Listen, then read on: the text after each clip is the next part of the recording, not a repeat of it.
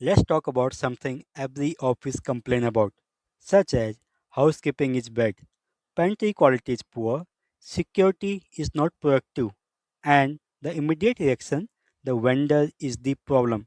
But what if that's completely wrong? Let's be honest, every office has said this at some point. Vendor is not performing. But here's the pattern. You change the vendor, things improve for a week and so, and then again, same problem, different vendor. Sound familiar? So the question is, if every vendor become a problem, is the vendor really the problem? Or is the system broken? Here's the truth most people don't say out loud.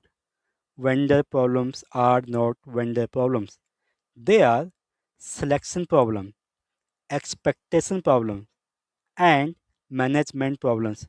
Because a vendor doesn't fail randomly, they fail exactly where your system is weak. Let's break it down. First, selection problem. You choose based on cost, not as per capability. Lowest bidder win and become your biggest headache. Cheap vendor, expensive problem. Simple. Second, expectation problem. No clear scope, no defined SLAs, no measurable standard. So what happen? Vendor deliver what they think is right, not what you expect. And the third one, management problem. No regular audit, no checks, no feedback loop, no accountability system, and then we say vendor is not serious. But here's the reality. A vendor will only be as good as the system managing them. Not better, never. So, how do you fix this?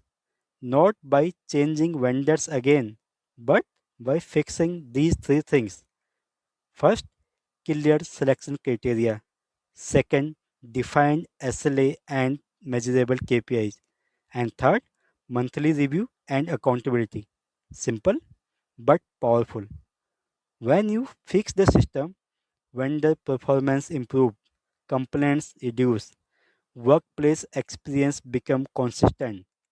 So next time someone say let's change the vendor, pause and ask, are we fixing the problems or just replacing it?